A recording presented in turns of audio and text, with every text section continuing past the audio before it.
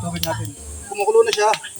Pwede natin siyang hulugan ng bigas. Ganito lang ang paraan ng pagsaing ng iskay sa Batangas.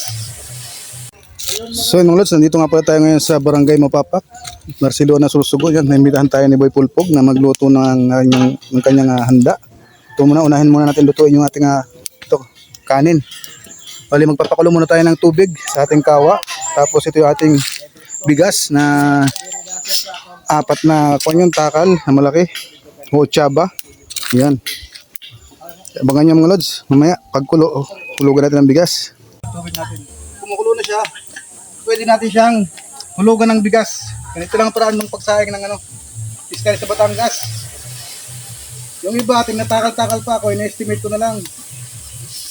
Yan. Basta umabot doon sa bunganga yung tubig, tigilan natin yung paghulog ng bigas. Ngayon, pwede natin siyang haluin. Yan, haluin natin ng pakonti-konti hanggang sa pumutok yung kanyang bigas. So hanggang maluto. Tapos pagkulo, pwede na uli natin siyang takpan. Yan. Ganito yung style natin sa pagluluto.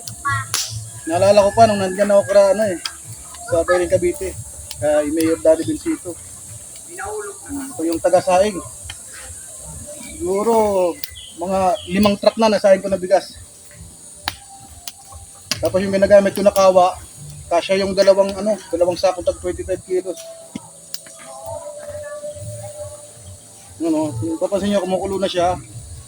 Tapos mayroon siya mga nabibilog-bilog, pwede kayo siyang durugin sa gilid. Mayroon siyang bilog.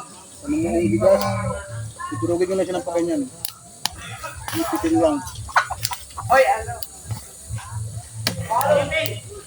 Medyo mainit lang talaga yung pagluluto ng kanin. Tapos kung nakita nyo, may mga lumutang na mga palay. Ganyan lang pagtanggal nyo. Ganyan lang yan. Para hindi na sumama sa ating kanin.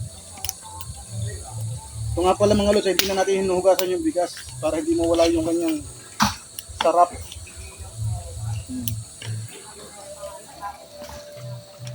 Ganito rin yung ginawa ko sa pagluluto dito sa Kasal de Pobre Maestra. Kaya lang dito, yung pinakamalaking kawa yung ginamit ko.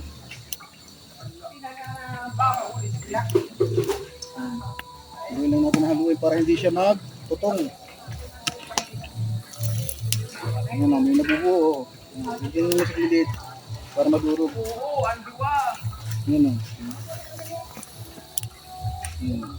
Kasi mo lang sa kilit para madurog.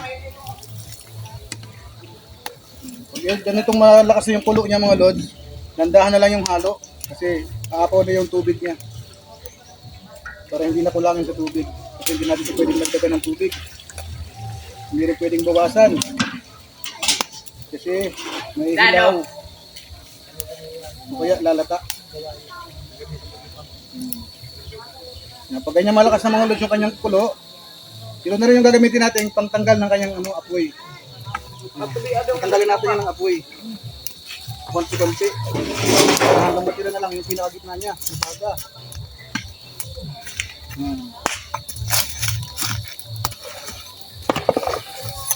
Tapos pwede natin siyang